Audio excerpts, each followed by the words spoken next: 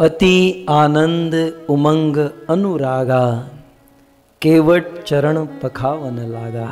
उस केवट की तरह बड़ा आनंद अनुभव हो रहा है कि पावन पवित्र अधिक मास शुरू हो चुका है। अब अधिक मास के विषय में मुझे नहीं लगता है कि मुझे कुछ बोलना पड़ेगा। घर बैठे बैठे यूट्यूब, फेसबुक, सोशल मीडिया के द्वारा इतना सुन चुके होंगे कि आप लोगों ने अधिक मास में पीएचडी कर ली होगी। अब कोई आपको क्वेश्चन पेपर दिया जाए ना तो आप लोग 100 में से 100 लेकर आओगे। इतना अधिक मास, मैं तो सोचता हूँ कि वेदव्यास भी जितना नहीं जानते होंगे उतना आप लोगों के पास नॉलेज होगा अधिक मास का, पुरुषोत्तम मास का। क्योंकि मैं भी देख रहा हूँ सब लोग अधिक मास के विषय में बता रहे हैं। बहुत सुंदर। कौन कहता है कि ये कलयुग बहुत खराब है? कौन कहता है कि कलयुग ये युग बराबर नहीं है? वास्तव में मेरी दृष्टि से देखो ना तो ये कलयुग नहीं, ये कथा युग हो चुका है। ये कथा का युग हो चुका है। छोटे बड़े सब लोग भगवत कथा गा रहे हैं और यही जीव का वास्तविक धर्म है। पावन अधिक मास। अधिक शब्द ही मेरे जैसे लोगों को ज़्यादा पसंद है। એમાં આપણે પાછા ગુજરાતી રહ્યા ને, આપણે ત્યાં ભારતમાં દૂધવાળો दूध આપવા આવે है ને, તમને બધાને આઈડિયા છે। ભારતમાં દૂધવાળો दूध આપવા આવે, આપણે એમ કહીએ કે 1 लीटर આપજે, શેર 2 શેર આપજે, તો એનું જે ઓલું કરવાળું હોય એનું જે માપ એ एक लीटर નાખે, પછી છેલ્લે થોડુંક ઉમેરણ નાખે एक्स्ट्रा। એ अधिक જ્યાં સુધી ન પડે ને ત્યાં સુધી દિલમાં શાંતિ ન થાય। આપણે જ્યારે દૂધની તપેલી લઈને ઊભા હોઈએ ત્યારે આપણે રાહ કોની જોતા હોઈએ? એ 1 लीटर दूधની રાહ ન હોય, એ 1 लीटर दूध આવી જાય પછી જે ઓલું એક્સ્ટ્રા આપતું હોય ને એમાં રાહ જોઈએ આપણે। ભેળપૂરી સેવપૂરી ખાધી છે? પાણીપુરી તો ખાધી જ હોય ને યાર। પાણીપુરી જે ન ખાય એનું જીવન વ્યર્થ છે। आ लाल गोविंद बापू नो शब्द है। तो जब हम भारत में ठेले पर, रेंकड़ी पर या कोई दुकान में भेल खाने जाते हैं या सेव पूरी खाते हैं, या कुछ लोग कहेंगे क्यों अधिक मास में ये सब याद करा रहे हो, हमने व्रत लेकर रखा है, केवल शाक भाजी खाएंगे। लेकिन मैं केवल बता रहा हूँ कि फिर पानी पूरी खाओ तो वास्तविक हमारी नज़र उस भेल के ऊपर, सेव पूरी के और पानी के पूरी के ऊपर कम होती है। हमारा टारगेट क्या होता है? ये खाने के बाद जो एक्स्ट्रा पूरी मिलती है ना, एक्स्ट्रा, भैया जी वो मसाला पूरी दे दो, मसाला पूरी। तो अधिक, मैं अधिक शब्द के ऊपर बोल रहा हूँ। हम लोगों की रुचि अधिक में बहुत है। मतलब मेरे जैसे, आप तो सब जेन्युइन है, बिल्कुल एकदम जेन्युइन, लेकिन अधिक। સેન્ડવિચ ખાવા નથી જાતા આપણે? અમારે ત્યાં આવો ક્યારેક મુંબઈ, હીરાની સેન્ડવિચ, કાળુની સેન્ડविच કેટલી फेमस હોય। तो सैंडविच खाने के बाद वो तो खा लेते हैं, उसका 15-20 जो भी होता है दे देते हैं, लेकिन उसके बाद कहते हैं भैया जी आलू चाहिए, आलू, उस पर ज़रा मसाला डालो, उस पर थोड़ा सॉस डाल दो। अधिक, ये अधिक में ज़्यादा रुचि होती है। हम सब का एक स्वभाव हो चुका है, कुछ ज़्यादा कुछ अधिक। हमारे जीवन में भी हम जो भी वस्तु हासिल करते हैं, उस वस्तु को हासिल करने के बाद अधिक की लालसा बनी रहती है। जब हम सब मनुष्यों के मन में अधिक की लालसा है तो भगवान ने सोचा ये ले अधिक, ये सभी चीज़ों में अधिक चाहिए।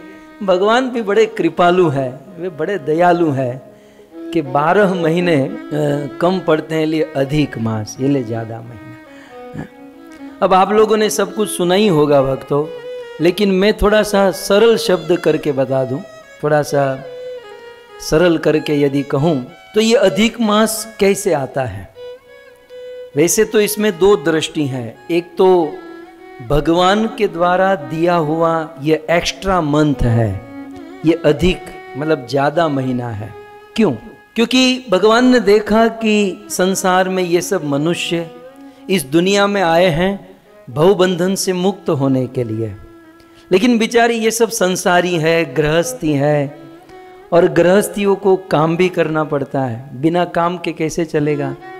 कल ही बलदेव भाई का फोन था, एटलांटा આવ્યો છું माल लेवा माटे, तो बिना काम किए कैसे चलेगा।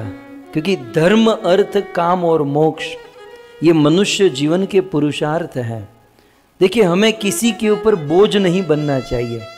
हमें हमारा जीवन, पत्नी, बच्चों, परिवार का जीवन अपने खून पसीने की मेहनत से कमा कर खाना चाहिए, नहीं तो बहुत बड़ा दोष लगता है। सो भगवान भी इस बात को समझते हैं कि आजकल इतनी मंदी चल रही है, तो बंदा कमाने में इतना मेहनत, इतना कमिटमेंट दे चुका है कि भजन करने का कोई स्कोप नहीं है। तब भगवान ने सोचा कि कोई जीव 12 महीने का कमिटमेंट दे चुका है, कोई एम्प्लॉय अपने ऑफिस में जॉब करते हुए, बिजनेस करते हुए, लोग 12 महीने तक सतत निरंतरम कार्य करते हैं। तब भगवान ने सोचा कि ये 12 महीने तो कमिटेड है, तो चलो एक काम करता हूँ, 1 महीना एक्स्ट्रा दे देता हूँ। सो 3 साल में भगवान 1 महीना एक्स्ट्रा प्रदान करते हैं।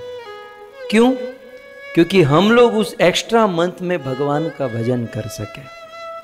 हालांकि ये अंग्रेज तो अभी आए, अंग्रेजों के पहले हमारा वैदिक जो गणना थी, वैदिक हमारा कैलेंडर जो था, उसमें जनवरी, फरवरी, मार्च, अप्रैल ये सब नहीं होता था।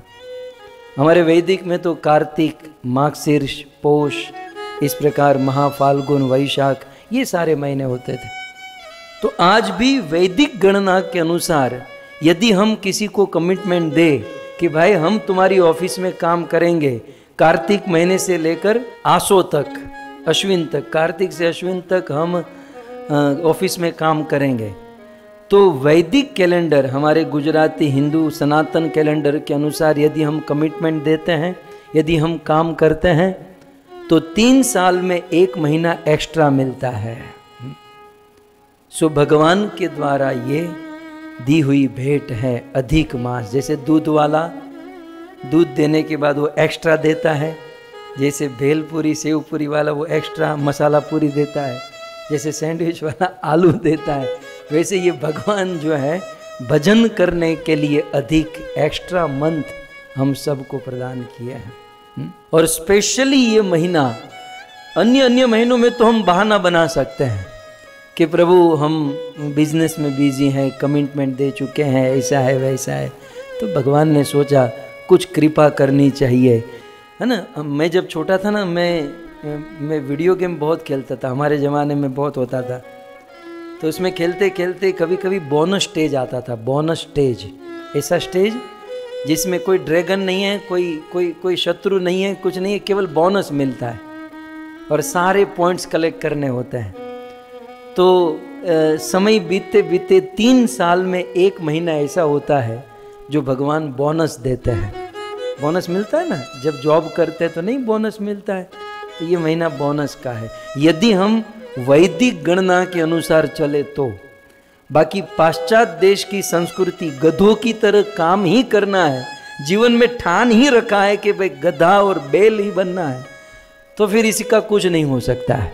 क्योंकि पाश्चात्य देश की संस्कृति तो यही है, 5 दिन गधे की, बैल की तरह मेहनत करो और फिर 2 दिन भोग दो।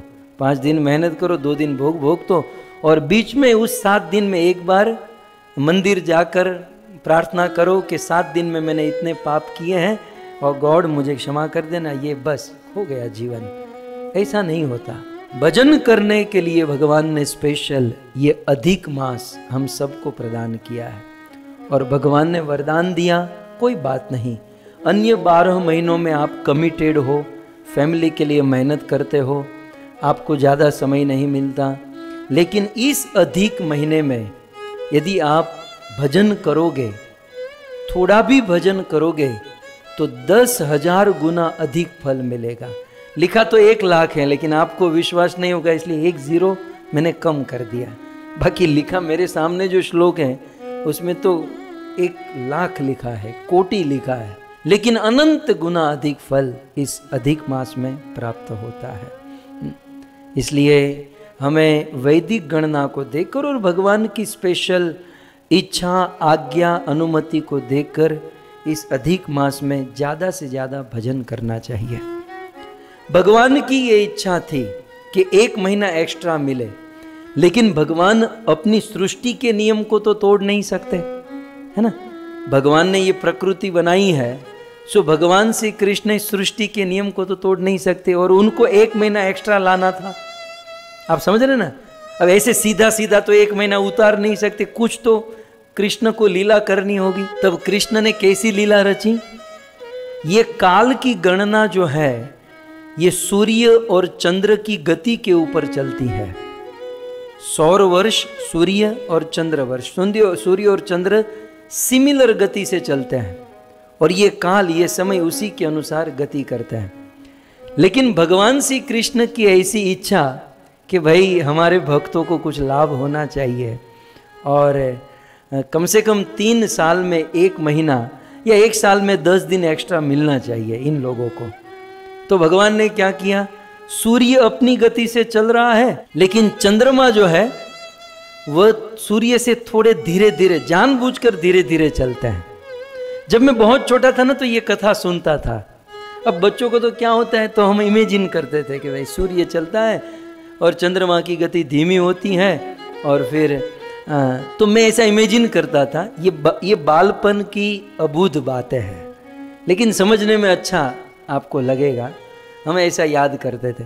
हम सोचते थे कि सूर्य जो है ना वो भगवान रामचंद्र है, क्योंकि राम अवतार भगवान रामचंद्र का जन्म सूर्य वंश में हुआ, और चंद्र जो है वो भगवान कृष्ण है, कृष्ण चंद्र, क्योंकि कृष्ण का अवतार, कृष्ण का जन्म चंद्र वंश में हुआ।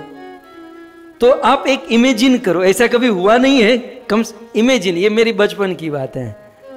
राम और कृष्ण दोनों साथ में चलते चलते जा रहे हैं। आप इमेजिन करो, आप ये दोनों की प्रोफाइल पहले याद कर लो। राम की प्रोफाइल कैसी है, कृष्ण की कैसी है। राम और कृष्ण दोनों साथ में चलते चलते जा रहे हैं। अब राम तो बिल्कुल स्ट्रेट फॉरवर्ड, सीधे साधे, भोले भाले, चुपचाप सीधे सीधे चल रहे हैं। लेकिन ये जो नटखट है कृष्ण, राम आगे आगे, कृष्ण गोपियों को देखते हुए हाय बाय टाटा ऐसा ऐसा करते हुए चलते हैं, इसलिए कृष्ण पीछे रह जाते हैं। राम स्ट्रेट फॉरवर्ड, सीधे सीधे हैं, इसलिए सीधे सीधे आगे निकल जाते हैं। और चंद्रवंश में जन्म लेने वाले कृष्ण, गोपियों को देखना है, लोगों से मिलना है, इनकी चंचलता तो आप जानते ही हैं। तो ये बड़े चंचल हैं। ऐसा वर्णन है कि कृष्ण बछड़ों को चराने जाते थे ना, गाय बछड़ों को, तो गाय बछड़े बेचारे सीधे सीधे जेन्युइनली चलते थे। लेकिन जब किसी गली में किसी गोपी को देख लेते हैं तो कृष्ण उस बछड़े को ऐसे धक्का मार के ऐसे जैसे तैसे गली में लेकर जाते, और बहाना क्या देते, ये बछड़ा बहुत परेशान करता है, ये बछड़ा सीधा नहीं चलता है, ये बछड़ा टेढ़ा ही चलता है। वो तो बेचारा सीधा ही चल रहा था, लेकिन कृष्ण उसको तारते तारते उस गली में लेकर जाते हैं, और बछड़े के बहाने से उस गोपी का दर्शन करके आते हैं। तो राम जो है वो स्ट्रेट फॉरवर्ड, वो सीधे सीधे चलते हैं, और कृष्ण का तो सब कुछ टेढ़ा है। कृष्ण का जन्म, कृष्ण की परवरिश गोकुल में हुई, तो गोकुल की गलियां भी टेढ़ी। कृष्ण जिस यमुना में स्नान करते हैं, जिस यमुना का जल पीते हैं, वो यमुना भी टेढ़ी। कृष्ण चलते भी हैं तो टेढ़े, कृष्ण खड़े भी रहते हैं तो टेढ़े, कृष्ण बोलते भी हैं तो टेढ़े। उनकी कृपा भी कुछ टेढ़ी ही होती है, और इसलिए उनकी जो भक्ति करते हैं वो भक्त भी हो जाते हैं। होना पड़ेगा, 10:30 નો समय तो 11 વાગે આવવું પડે, तो होना पड़ेगा। क्योंकि हमारे भगवान टेढ़े हैं, ठीक है, हमारे भगवान टेढ़े हैं, और टेढ़े को यदि दिल में बिठाना है तो दिल को टेढ़ा करना पड़ेगा। अब खांचा टेढ़ा होगा तो ही वो टेढ़ा फिट हो पाएगा ना। इसलिए कृष्ण के भक्त की लीला भी कुछ टेढ़ी होती है। कई बार कुछ भक्त कहते हैं, प्रभु वो भक्त ऐसा करता है, वो भक्त ऐसा करता है। मैंने कहा चुप, वो लीला चल रही है, वो भक्तों की लीला है। इसलिए चरितामृत में लिखा, वैष्णवेर क्रिया मुद्रा विज्ञ न बुझाई। वैष्णवों की जो क्रिया मुद्रा है हम नहीं जान सकते। एक बार कृष्ण की तो समझ में आएगी, लेकिन वैष्णवों की जो है वो क्रिया मुद्रा समझ में नहीं आएगी। खैर, तो आप इमेजिन कर लिए राम और कृष्ण दोनों साथ में वैसे कभी नहीं चले, लेकिन लाल गोविंद दास लेकर आ रहा है। एक फिल्म था ना जिसमें त्रेता युग और द्वापर युग को मिक्स कर दिया। बहुत पहले देखा था, जिसमें वो रामायण के पात्र महाभारत के पात्र ज्वाइंट हो गए और फिर एक दूसरे के साथ संवाद। और खैर, तो त्रेता और द्वापर को आप मिक्स करो, कृष्ण और राम दोनों जा रहे हैं। राम सीधे सीधे चल रहे हैं, कृष्ण आजू बाजू देखते हैं, इसलिए बेचारे थोड़े पीछे रह जाते हैं। तो राम सूर्य वंश में प्रकट हुए, कृष्ण चंद्र वंश में प्रकट हुए। चंद्र और सूर्य दोनों गति करते हैं। देखिए, इस प्रकार से याद रखते हैं तो सब याद रह जाता है। तो इसलिए दोनों गति करते हैं, इसलिए राम मतलब सूर्य आगे हो जाते हैं और चंद्रमा पीछे रह जाते हैं। और इसलिए हम देखते हैं कि चंद्रमा पीछे रहने के कारण सूर्य की तिथि और चंद्र की तिथि में कभी कभी बदलाव हो जाता है। सूर्य कभी द्वादशी में चला गया, चंद्रमा अभी एकादशी में आटा मार रहा है। चंद्र हजी दशम में आटा मारतो है, सूर्य द्वादशी पहुंची गयो है। तो इस प्रकार से आगे पीछे रह जाता है। तो यहां पर एक बात आई, इसलिए कह दूं, कर्मकांड जो है, कर्मकांड की विधि वो चंद्र को फॉलो करती है।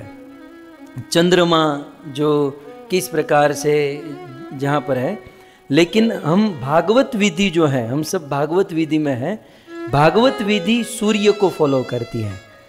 अब इसमें भी ये बचपन की बात है, इसमें कोई साइंस नहीं है, जस्ट आपको याद रखने के लिए। कर्मकांडी लोग चंद्रमा को फॉलो करते हैं। इसलिए हम देखते हैं कि हम एकादशी का दिन आता है और कभी कभी 2 एकादशी होती है, दशम प्रधान एकादशी और द्वादशी प्रधान एकादशी, है ना। चंद्रमा दशमी को टच होकर खड़ा है और सूर्य द्वादशी को टच हो गया है। तो उस समय हम किसको फॉलो करते हैं? हम द्वादशी प्रधान एकादशी को फॉलो करते हैं, हम सूर्य को फॉलो करते हैं। और कर्मकांड जो है वो चंद्रमा को फॉलो करते हैं। दोनों अपनी अपनी जगह पर राइट हैं, इसमें कोई भेदभाव, भेद दृष्टि या झगड़ा नहीं होना चाहिए। कॉमर्स वाला कॉमर्स पढ़े, साइंस वाला साइंस पढ़े, आर्ट्स वाला आर्ट्स पढ़े, और जिसको नहीं पढ़ना है मेरी तरह घर बैठा रहे, इसमें कोई दोष दृष्टि नहीं होनी चाहिए। तो चंद्रमा कर्मकांड को, चंद्रमा तिथि आदि को फॉलो करते हैं और हम भागवत विधि जो है वो सूर्य को फॉलो करते हैं। क्यों? अब ये भी एक अंडरस्टैंडिंग की बात, इसमें कोई साइंस नहीं है, एक अंडरस्टैंडिंग ये है कि एक सिद्धांत क्या है कि कृष्ण ने जो किया वो नहीं करना चाहिए, कृष्ण जो बोलते हैं वो करना चाहिए। कृष्ण ने किया, गोवर्धन उठाने जाओगे या रासलीला करेंगे सीधे जेल में डालेंगे, माखन चोरी करेंगे पुलिस पकड़ लेगी। इसलिए कृष्ण ने जो किया वो नहीं करना चाहिए, कृष्ण का अनुकरण नहीं करना चाहिए। लेकिन भगवान रामचंद्र ने जो किया वो हम सबको करना चाहिए, क्योंकि भगवान रामचंद्र नर लीला किए, मनुष्य लीला किए। इसलिए हम भक्तों का सिद्धांत क्या है? कृष्ण की कथा सुनो और राम को फॉलो करो। ठीक है, कृष्ण की कथा सुनो और राम को फॉलो करो। तो अभी ये दोनों की गति हो रही है, सूर्य और चंद्र की। तो सूर्य को हमें फॉलो करना है, अर्थात सूर्य की जो तिथि है हम भागवती भक्त उसे फॉलो करते हैं, और चंद्र की तिथि की कथा सुनते हैं, मतलब कृष्ण की हम कथा सुनते हैं। सो कुल मिलाकर ये तिथियां आगे पीछे रह जाती है, क्योंकि ये राम और कृष्ण दोनों साथ में चल रहे हैं, और कृष्ण जो है अपनी लीला में मस्त है और राम स्ट्रेट फॉरवर्ड जा रहे हैं। ऐसा करने से ये दोनों के गति में 1 साल में लगभग 11 दिन की गति। अब आप लोग, मैं जानता हूं आप लोगों को मिनट, घंटे, सेकंड के साथ पता है कि कितना फेर है, इसलिए मैंने पहले ही कहा कि आप सब पीएचडी कर चुके हो। मैं मेरी देसी भाषा में बोल रहा हूं ताकि थोड़ा मोटा मोटी स्मरण हो जाए। तो चंद्र और सूर्य की जो डिफरेंस है, 1 साल में 11 दिन होता है, फिर दूसरे साल में दूसरे 11 दिन, तीसरे साल में तीसरे 11 दिन, ऐसे करके 3 साल में 30 दिन का गैप हो जाता है, मतलब 1 महीने का गैप। अब हम प्रैक्टिकली देखें तो ये जितने भी फेस्टिवल उत्सव हैं ये ऋतु के अनुसार है कि भाई इस ऋतु में ये फेस्टिवल, इस ऋतु में ये फेस्टिवल। यदि सूर्य और चंद्र 3 साल में 1 महीने का गैप हो जाता है और उस गैप को यदि क्लियर न करे तो सारे उत्सव फेस्टिवल ऋतु से विरुद्ध हो जाएंगे। जैसे रामनवमी चैत्र में ही होनी चाहिए, मतलब चैत्र मास जो है न शीतल न घाम न ठंड न गर्मी, है ना। होली जो है ठंड में होनी चाहिए। यदि 3 साल में एक बार इसको रिसेट न किया जाए तो सारे उत्सव फेस्टिवल ऋतु के अनुसार विपरीत हो जाएंगे। इसलिए वेदों ने क्या किया, भगवान स्वयं ने वेद में रहकर 3 साल में एक बार इसको रिसेट किया। हम लोग मोबाइल रिसेट करते हैं ना, कंप्यूटर रिसेट करते हैं, आप सब जानते हैं इस बात को। तो हर साल में 11 दिन चंद्रमा पीछे रह जाते हैं, दूसरे साल में 22 हो गए, तीसरे साल में 30-33 हो गए। तो 3 साल में एक बार उसको रिसेट किया जाता है, इसलिए 1 महीना ज़्यादा बचता है। तो इसमें 2 चीज हुई, एक तो भगवान की इच्छा से 1 महीना ज़्यादा दिया, लेकिन उस 1 महीना ज़्यादा देने के लिए कृष्ण ने ये लीला रची, और इस लीला के अनुसार 1 महीना अधिक बचता है। और उस 1 महीना जो अधिक बचता है उसे अधिक मास कहते हैं। जनरल नाम है अधिक मास। फिर आगे कथा आप बहुत बहुत जानते हो कि फिर उसको मल मास कहा गया, क्योंकि इस 1 महीने में कोई काम नहीं हो सकता। मुझे ये बताओ, इस अधिक मास में किसी ने अपना वास्तु पूजन किया तो उसकी सेरेमनी तो 3 साल में एक बार आएगी, तो कौन करेगा? 3 साल में एक बार कौन उजाएगा? इस महीने में किसी ने शादी की तो मैरिज एनिवर्सरी जो है, वैदिक गणना वैदिक कैलेंडर के अनुसार अधिक मास में मान लो किसी की शादी हुई तो अगले साल उसकी सेरेमनी होती है, भाई 1 साल बीता 2 साल, लेकिन ये तो 3 साल में एक बार आता है यदि वैदिक कैलेंडर को फॉलो करते हैं। सो कुल मिलाकर ये छोटे छोटे रीजन है, कुल मिलाकर इस अधिक मास में किसी भी प्रकार के शुभ कर्म नहीं किए उस समय किए जा रहे थे कि भाई ये तो कोई तिथि ही नहीं बनती है। अलग अलग महीने में तो तिथि बनती है, भाई कृष्ण पक्ष ये महीना, ये पक्ष ये महीना, ये वो, लेकिन ये तो एक एक्स्ट्रा मंथ हो गया। एक्स्ट्रा मंथ એટલે શું ખબર છે? क्रिकेट जो તમે क्रिकेट આપણે आप लोग देखते होंगे क्रिकेट में 12वां खिलाड़ी होता है, 11 खिलाड़ी तो उसमें होते हैं ग्राउंड में, लेकिन एक पूछड़ियो हो, एक एक्स्ट्रा प्लेयर, इन्हें बेचारा ने खाली पानी वो एक्स्ट्रा जो होता है ना, उसका एक ही काम होता है कि भाई प्यास लगी तो दौड़ के जाता है पानी लेकर, किसी को लगा तो कुछ दवाई लेकर जाता है। वो एक्स्ट्रा प्लेयर को यही करना होता है। तो बेचारा ये अधिक मास जो था उसमें न बैटिंग मिलती है, न फील्डिंग मिलती है, न कुछ मिलता है। वो एक्स्ट्रा बस वो क्रिकेट में जैसे पानी लेकर आता है, कभी जूस लेकर आता है, बस ऐसे ही, कुछ काम का नहीं रहा। मैं आगे आपको सुनाऊंगा कि ये सारे महीने एक साथ बैठकर चर्चा की। ये चैत्र ने कहा भाई मेरे में तो रामनवमी है, श्रावण ने कहा कि भाई मेरे में तो कृष्ण जन्माष्टमी है। सब महीने अपने अपने गाने लगे। अधिक ने कहा यार मेरे में तो कुछ नहीं है। तो लोग कहने लगे कि तुम तो जैसे मल जो होता है वो कुछ काम का नहीं होता है, तुम मल के समान हो, इसलिए इस अधिक मास को मल मास कह दिया। मैं आपको आने वाले दिनों में ये 30 दिन तक यही सुनाने वाला हूँ। शुरू में थोड़ा 15-20 मिनट श्लोकों के अनुसार, लेकिन जस्ट मैं आपको याद करा दूँ। तो मल मास है, इसको बड़ा कष्ट हुआ, दुख हुआ। फिर नारद मुनि इनको लेकर भगवान के पास गए। भगवान ने कहा चिंता मत करो, तुम मेरे धाम में आए हो, मेरी शरण में आए हो, इसलिए आज अधिक मास मल मास नहीं, तुम्हें मैं स्वीकार करता हूँ। और वेदों में मुझे पुरुषोत्तम कहा गया है, इसलिए आज से तुम्हारा अधिष्ठात्रा मैं हूँ, स्वामी मैं हूँ। और इस महीने का नाम न अधिक मास न मल मास, इस महीने का नाम होगा पुरुषोत्तम मास। श्री पुरुषोत्तम मास की